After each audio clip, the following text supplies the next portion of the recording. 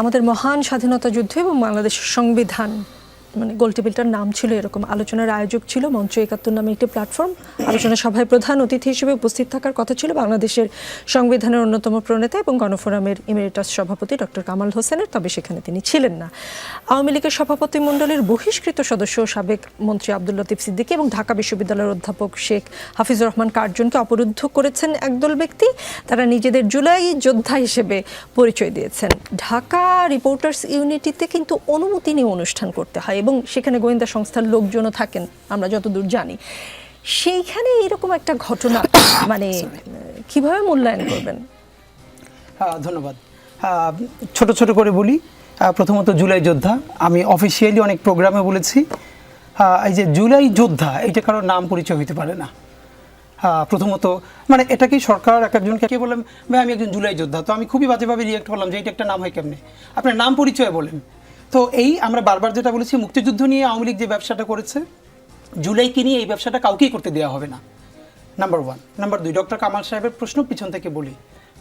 গতকালকে পরশু দুদিন ধরে একটা ফটোকার্ড খুব ভাসছে। ডক্টর কামাল সাহেব বলছেন আমাদের সংবিধানের যে বেসিক স্ট্রাকচার বা 4টা মূলনীতি সেখানে হাত দেওয়া হচ্ছে, এই নিয়ে উনি প্রচণ্ড আহত। আমার মন খারাপ হয় বিএনপির সেই ভাই বোনদের প্রতি যারা 2018-তে ডক্টর কামালের নেতৃত্বে যখন সাধারণ বাংলাদেশের মানুষ হাজারবার বলেছে বিএনপির মতো একটা দল, বেগম জিয়া এবং খালেদা জিয়ার দল, সেইটা গণতন্ত্র পুনরুদ্ধার করবে, যিনি জীবনে মেম্বারও নির্বাচিত হন নাই সেই ডক্টর কামালের হাত ধরে। একজনের একাডেমিক এক্সপার্টাইজ যদি পলিটিক্যাল এক্সপার্টাইজের সমান হতো তাহলে বিশ্ববিদ্যালয়ের ভিসিরা দেশের প্রেসিডেন্ট হয়ে যেত, প্রধানমন্ত্রী হতো, কিন্তু হন না, নাম্বার ওয়ান। এবং এটা আমরা আউট অ্যান্ড আউট বলেছি, তখনও ছোট মানুষ হয়েও বলেছি ডক্টর কামালকে সামনে রেখে বিএনপিকে বিরাট একটা ব্লাফ দেওয়া হবে, ইলেকশন ছিটকে যাবে, কিচ্ছু হবে না, এবং সেটাই হয়েছে ডক্টর কামালকে সামনে রেখে। কি একটা সেকুলার মুখ, এটাকে পোট্রি করে যে এই আইডিওলজি ধারণ করেন না। বেগম জিয়াকে কোনোদিন অনার করে ডক্টর কামাল কোনোদিন কোথাও কথা বলেছে? এক কথার মধ্যে যেটা গুরুত্বপূর্ণ কথা যে শহীদ জিয়ার যে ৫ম সংশোধনী, এটা শুধুই অগণতান্ত্রিক এবং অবৈধ নয়, শহীদ জিয়া স্বৈরতান্ত্রিক ছিলেন। মজার ব্যাপার হলো ন্যারেটিভ কীভাবে নির্মিত হয়। তারপরে বিসিএসে প্রশ্ন এসছে 2-3টা আগের বিসিএসে যে the first ডিস্টোরশন of the constitution কোনটা, কোন সংশোধনী, 5ম, 8ম, এরকম করে। এর মানে হাইকোর্ট বলেছে পর্যবেক্ষণে এটাই ছিল সংবিধানের প্রথম বিকৃতি। শহীদ জিয়া যেটা করেছেন কোনটার মাধ্যমে, যেটা দিয়ে তিনি বাকশালের পরে গণতন্ত্রের পুনরুদ্ধার করেছেন। তাহলে সেটা যদি হয় তাহলে 4র্থ সংশোধনী যার মধ্যে বাকশাল কায়েম হয়েছে সেটি কি বিকৃতি না? এত কথা কেন বলি? ডক্টর কামালরা বাংলাদেশে যেই সংবিধানটা দিয়েছেন, এই সংবিধান হাজারবার বলেছি, এখনও বলি, এটা কোনো মতেই বাংলাদেশের জনতার, আম জনতার, গণমানুষের সংবিধানের প্রতিফলন ঘটে নাই। প্রথমত এই ডিবেট অনেকক্ষণ করা যাবে, সেটা এখন যাব না। এই গণপরিষদের কোনো অথরিটিই ছিল না বাংলাদেশের সংবিধান করবার, তো দেয় নাই। এমনকি 73-এ যে ভোট চুরির নির্বাচনটা করেছে তখন তো সেটা ইশতেহারে দেয় নাই। এত কথা কেন বলা? ডক্টর কামাল সাহেব এখন যখন প্রচণ্ড মন খারাপ নিয়ে বলেন যে সংবিধান পুনরুদ্ধার করতে হবে, তার উদ্দেশ্যে আপনাদের মাধ্যমে বলতে চাই, এখন একাডেমিকলি এটা প্রুভড হয়েছে যে এই সংবিধানের প্রিয়াম্বল পর্যন্ত ভারত থেকে লিখে দেওয়া হয়েছে।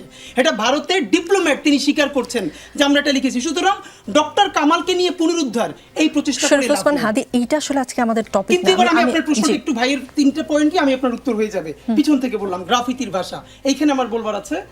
তুষার ভাইকে আমি বলবো, তুষার ভাই যে কোনো কারণেই হয়তো ঢাকার যত রাস্তায় ঘুরেছেন, এমনটা হইতে পারে ভাই তো এলিট ঘরানার লোক, সুতরাং গুলশান বনানীতে ঘুরছেন।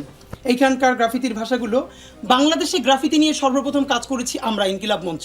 আজকে বুঝলে নিয়ে আসতাম আমরা, যেটা দেবাশিস চক্রবর্তী, যিনি পোস্টার বয় এই আন্দোলনের একজন, তিনি প্রচ্ছদ করেছেন। পুরো বইটার নাম হলো জুলাইয়ের গ্রাফিতি ও গাইল সমগ্র। আই রিপিট, জুলাইয়ের গ্রাফিতি ও গাইল সমগ্র। আমরা গালাগালও বলি নাই। এখানে আমরা কি করেছি, সারা বাংলাদেশ থেকে 5000-এর বেশি র গ্রাফিতি কালেক্ট করেছি, একটা কোনো ধরনের এডিট করি নাই, যার যেগুলোর প্রচুর কপি হয়েছে একটা করে নিয়েছি। র গ্রাফিতিগুলোকে আমরা পোট্রে করেছি। তুষার ভাই চাইলে, রুমিনাপা চাইলে তাদের বাসায় গিফট পাঠাবো। এইখানে কি আছে আপা, আমি আপনাকে একটু মাঝখানে একটু প্রশ্ন করে, আপনারা যেটাকে গাইল বলছেন, সেই গাইল কি প্রধান উপদেষ্টা যে গ্রাফিতির বই সবাইকে বিভিন্ন বিশ্বের নানান দেশে উপহার দিয়ে বেড়াচ্ছেন, সেই গাইল কি ওই উপহার বইয়ে আছে? উপদেষ্টা যেটা দিয়েছেন এটা একদম প্রতিটা পৃষ্ঠা আমি উল্টে দেখি নাই, একটা বড় কপি অফকোর্স এর মধ্যে সব আছে। এখন আমি যেটা বলছি, দেখেন গালাগালির প্রথম কথাটা আব্দুল নূর তুষার যেটা বললেন, তিনি ওই বইয়ে এই ধরনের গালাগালির ছবি দেখেন। আমি বলছি, আমি একটু প্রশ্নটা শেষ করি। আব্দুল নূর তুষার যে বইটি দেখেছেন সেখানে গালাগালি নেই, তাহলে কি সরকার আপনাদের গালাগালিকে স্বীকৃতি দেয়নি? এরকম কিছু সরকারের সবকিছু রাষ্ট্রীয় স্বীকৃতি লাগবে কেন? আচ্ছা, প্রথম হলো সবকিছু মানুষ এই যে বৃহত্তর গণ অভ্যুত্থান করলো, কোন রাষ্ট্রের স্বীকৃতি নিয়ে, কোন সরকারের অনুমতি নিয়ে? নাম্বার ওয়ান হলো কোন গালিটা মানুষ কোন মুহূর্তে কাকে দিচ্ছে, স্থানকাল পাত্রটা হচ্ছে ইম্পর্টেন্ট। একটা শিশুকে হেলিকপ্টার থেকে গুলি করে চোখ উপড়ে ফেলছে, আপনি কি তখন দাঁড়িয়ে রবীন্দ্রসঙ্গীত গাইবেন? আপনি জাতীয় সঙ্গীত গাইবেন? একটা মায়ের সন্তান শহীদ রিয়া গোপের শরীর থেকে গুলি ঢুকে তার পিছনের দেয়াল এতখানি ছিদ্র হয়ে গেছে, আমরা সেই বাসায় গেছি, তখন তার মা রবীন্দ্রসঙ্গীত গাইবেন? তৎসমবহুল একটি প্রতিবাদ করবেন? না, তার যা জবান তিনি সেটা বলবেন। আমরা সেটাই রেখেছি। কিন্তু একজন গণহত্যাকারীকে যেই গালিটা দেওয়া যায়, যে গালিটা দেওয়া যায়, একজন অন্য মানুষকে সে গালিটা দেওয়া যায় না। আমাদের কথা হলো সেটা। সেই গালি কি এখন ব্যবহার করা যায় 5ই আগস্টের পরে রাজনৈতিক প্রতিপক্ষের জন্য? না, দেওয়া যায় না। এটাই হলো আমাদের যে এই গালিগালগুলো যারা গণহত্যাকারী তাদের বিরুদ্ধে মানুষ ব্যবহার করেছে, আবার যারা গণহত্যা করবে তাদের জন্য তুলে রাখতে হবে, এটা আর অন্য কাউকে দেওয়া যাবে না। কিন্তু ব্যবহৃত তো হচ্ছে শরীফ ওসমান হাদি। আরেকটা প্রশ্ন, যে আওয়ামী লীগ সরকারের আমলে বিএনপি জামাত সহ আওয়ামী বিরোধী রাজনৈতিক দলের নেতাকর্মীরা কোথাও দাওয়াত খেতে বসলেও রাষ্ট্রের বিরুদ্ধে ষড়যন্ত্রের অভিযোগে আটক করা হতো, মনে আছে নিশ্চয়ই আপনার? আচ্ছা, ডিআরইউর ঘটনায় ওই সময়ের সাথে কোনো মিল খুঁজে পাচ্ছেন? কোনো এটা কম্প্যারিজনই হবে না, এটা একটা নন কোশ্চেন। প্রথমত হলো ভাই বলেছে আমন্ত্রিত অতিথি, দ্বিতীয় বলেছে বয়োজ্যেষ্ঠ, তৃতীয় বলেছে বীর মুক্তিযোদ্ধা, চতুর্থ বলেছে শিক্ষক। নাম্বার ওয়ান, শিক্ষক নামের যে শব্দটা, এটা বাংলাদেশে ফাংশনাল? এই শিক্ষকরা এইবারে জুলাইয়ের গণ অভ্যুত্থানের ছাত্রদেরকে পুলিশ ডেকে ডেকে ধরিয়ে দিয়েছে। আমাদের ছোট ভাই চট্টগ্রাম বিশ্ববিদ্যালয়ে পড়ে, তাকে তার টিচার ধরে, তাকে পরে ডিবি কার্যালয়ে অবরুদ্ধ করা হয়েছে, তার টিচার ডেকে পুলিশকে ধরিয়েছে। Number one. সুতরাং ওই শিক্ষক বাংলাদেশে প্রয়োজন। নাম্বার ওয়ান, এই শিক্ষকরাই তো আপনাদের আন্দোলনে আপনাদের পাশে ছিল, ডিবি অফিসের সামনে গিয়ে দাঁড়িয়েছিল না? নিশ্চয়ই। কিন্তু প্রশ্ন হলো, যখনই আমি শিক্ষক বলবো, যেই শিক্ষকরা দিনের পরে দিন গণহত্যার পক্ষে ন্যারেটিভ উৎপাদন করেছে, তা সেও শিক্ষক তো অবশ্যই। হাফিজুর রহমান কার জন্য সেই দলের? সে কোন দলের এইটা আমার প্রশ্ন না, কিন্তু বৃহত্তর স্কেলে আপনি যখন বলবেন কোন শিক্ষককে বলা যাবে না, শিক্ষক তো ফেরেশতা না, তিনি অপরাধ করলে তাকে ধরতে হবে। নাম্বার দুই, বীর মুক্তিযোদ্ধা। বীর মুক্তিযোদ্ধা যদি গণবিরোধী অবস্থান নেন, তার বিরুদ্ধে কেউ প্রতিবাদ করতে পারবেন কিনা? নাম্বার তিন, বয়োজ্যেষ্ঠ। বেগম জিয়ার চেয়ে বয়োজ্যেষ্ঠ সব থেকে মাজলুম এই দেশে কয়জন ছিলেন? তার হাত বাঁকা হয়ে গেছে, তখন লতিফ সিদ্দিকীর মতো বয়োজ্যেষ্ঠরা, এই কার্জন স্যাররা, ডক্টর কামালরা কি রিয়েক্ট করেছেন? আর আমন্ত্রিত অতিথি, প্রথম কথাটা হলো তখন হয়েছে বলে এখনো হতে হবে জায়েজ? না, জায়েজ কেন বলছি? প্রথম হলো আপনি বিচার করতে পারেন নাই, এই রাষ্ট্রকে আপনি বারবার ধরেন। আমরা তো একটা রিকনসিলিয়েশন চাই, আমরা বলেছি একটা ট্রুথ অ্যান্ড রিকনসিলিয়েশন কমিশন করেন, যারা বিচার করেছে বিচার করে ফেলেন। এই বিচারের মধ্যে যদি লতিফ সিদ্দিকী না থাকে, যদি অ্যাডভোকেট জিআই পান্না না থাকে, তাহলে তারা অফকোর্স তাদের মতো করে কাজ করবে। কিন্তু আপনি এইরকম দগদগের স্মৃতি, এখন পর্যন্ত একটা বিচার শুরু করতে পারেন নাই। এখানে ইন্ডিয়ান হ্যাজিমনি পুরোটা অ্যাক্টিভ আছে, এখানে এখনও কালচারাল সেই অ্যাক্টিভিস্টরা বিনম্র শ্রদ্ধা বলে আওয়ামী লীগ পুনর্বাসনের চেষ্টা করতে পারছে। তো এর মধ্যে আপনি এই বয়ান বলবেন? এই মানুষদের মুখে গত বিচারের কথা কোথায়? যে বিচার কয়টা হলো? শরীফ ওসমান হাদি, একটা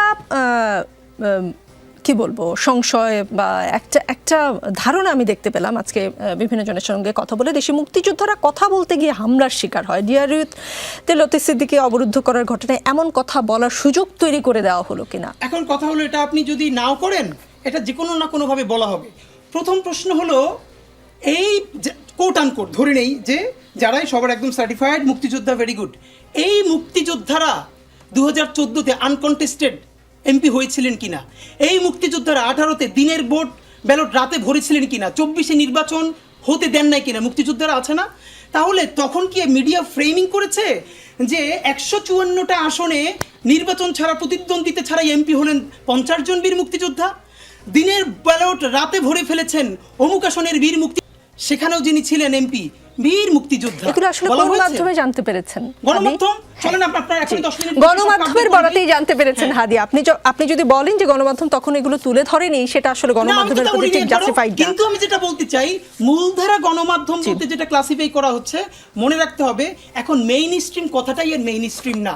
এখন দুনিয়ায় অনেক মাধ্যম, প্রত্যেকটা মাধ্যম ইম্প্যাক্টফুল, সুতরাং বিকল্প গণমাধ্যমও কিন্তু তৈরি হচ্ছে, যার ফলে টেলিভিশনগুলো জনতার কাছে আসতে বাধ্য হয়েছে, নইলে আসতো না যদি বিকল্প গণমাধ্যম না থাকতো।